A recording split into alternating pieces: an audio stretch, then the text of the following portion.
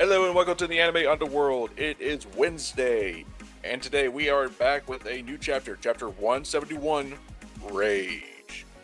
This is the last chapter before the new December releases, so every Wednesday it is either going to be a chapter review or it might be something else. It's the holidays after all, but we'll have to see what comes up next. But first, let's get right into this new chapter. We start off chapter 171 with Anne's victory over Diodora in the last chapter. Anglahad's eye-popping barrage sends Diodora helplessly flying through the air. Diodora just lies there on the ground while everyone is cheering for her. Boris is shaking Eglin very aggressively, saying, "Did you see that? Too incredible." This makes me think that Boris might have a crush on Anne considering the chapter cover. The rest of the gang is also admiring her handiwork, saying, "Wow, that stab was nasty." Yes, well done. Dubs joins them now, putting the mask back on, saying she's making the most out of her Mirage Stinger. In short order, I see. All of her friends just admire her, saying, "Yeah, she's the best." I gotta feel bad for Donnie. Just when you think Anne won, Diodora grabs his blade again, saying, "I can't afford to lose." Swings his blade, exclaiming, "Ever."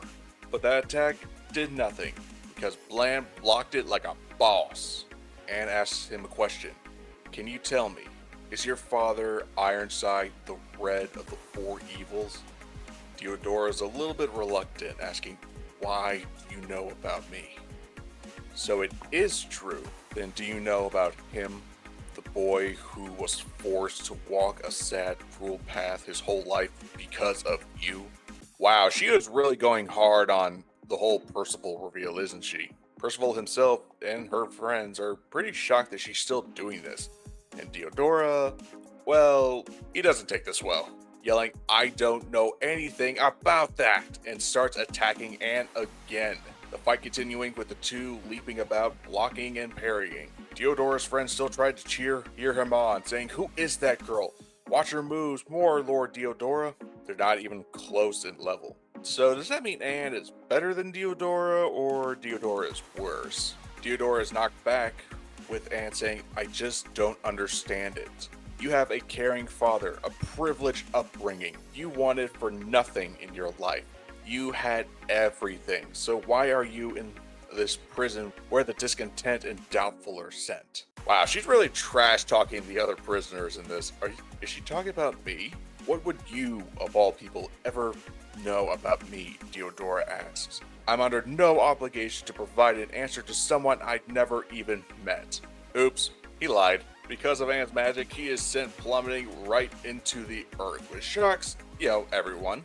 And now Diodora is suddenly on his hands and knees, almost like he's being forced to yield to some invisible power. Bellatrip takes notice of this, saying, "The girl did that?" It seemed to trigger after she asked him several questions. Could it be the spell I've heard rumor of? Interrogator? If so, that makes this girl part of their team. Whose team? How odd. I can't recall. Oh no, Anne, you are doing great, alright? You are doing amazing.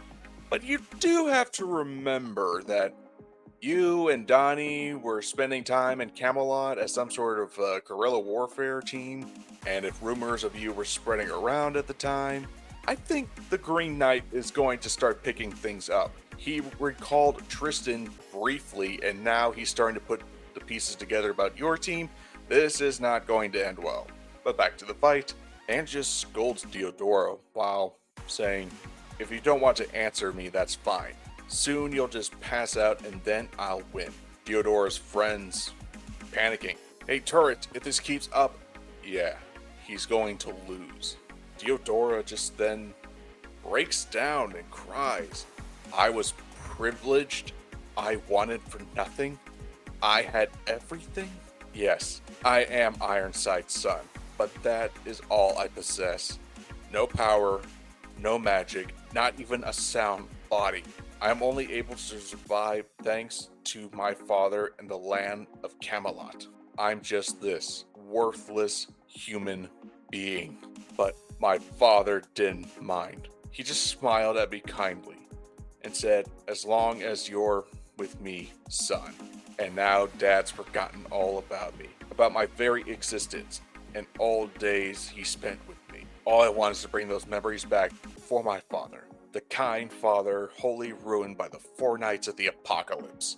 So Anne finally gets her answer, as we all expected it to be. He's doing this for his father, and yeah, Ironside was a bit of a prick when we first met him, killing his grandfather and, attempting to murder Percival, but he is still a good father to Diodora.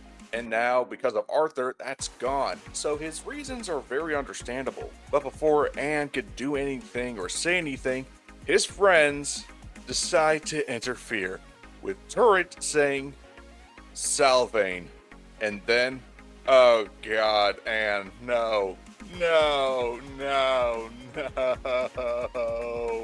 Anne gets hit and is sent flying.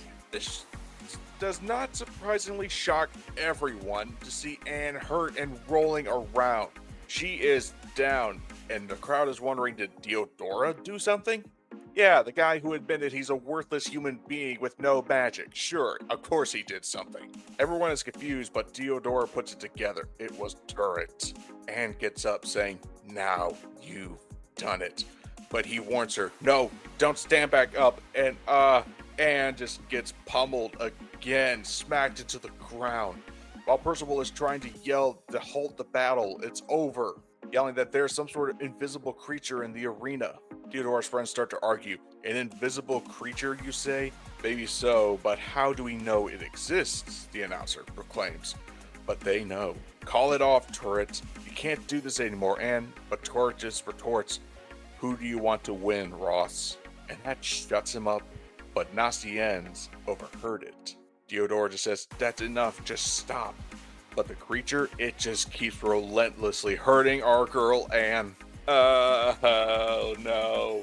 She could have easily won. Diodora, your friends are dicks. Anne is beaten unconsciously. She passed out and the contest is over, but no, that beast just hit her again while she's down.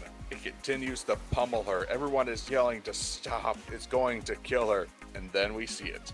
Anne is defeated, laying down, and her old rapier is by her side. Because above, everyone looks up to see Percival, flying like a god of death that he is. He flies down and picks up Anne, unconscious, hurt, and bloodied. And Diodora, what does he have to say?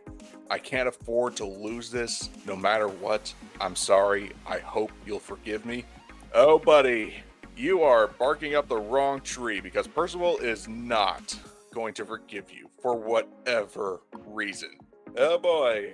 Chapter 171 was very hard to watch. I really wanted Anne to win, but now, hey, my theory board was right. I just wish that it was done better, because, oh man, this was so hard to watch. Our girl Anne, I complimented her so well in the last one about being a better female protagonist than Elizabeth, and now this. Oh man, we all hated Xion after he appeared and turned out to be a total dick, but now Turret, I have a feeling everyone's going to be hating on this character for a while for what he did. But it's just more fuel for the fire for when these two brothers will eventually meet up and fight. But what did you think of this chapter? Do you hate Turret? Do you understand why Diodora is doing this? Do you have any questions about in the future? Hopefully I can discuss it with you in the comments. And now we enter the December bi-weekly releases. There might be a chapter next week, there might not, but hey, I'll be here with another video. This has been Dante from the Anime Underworld. I'll see you later, mortals.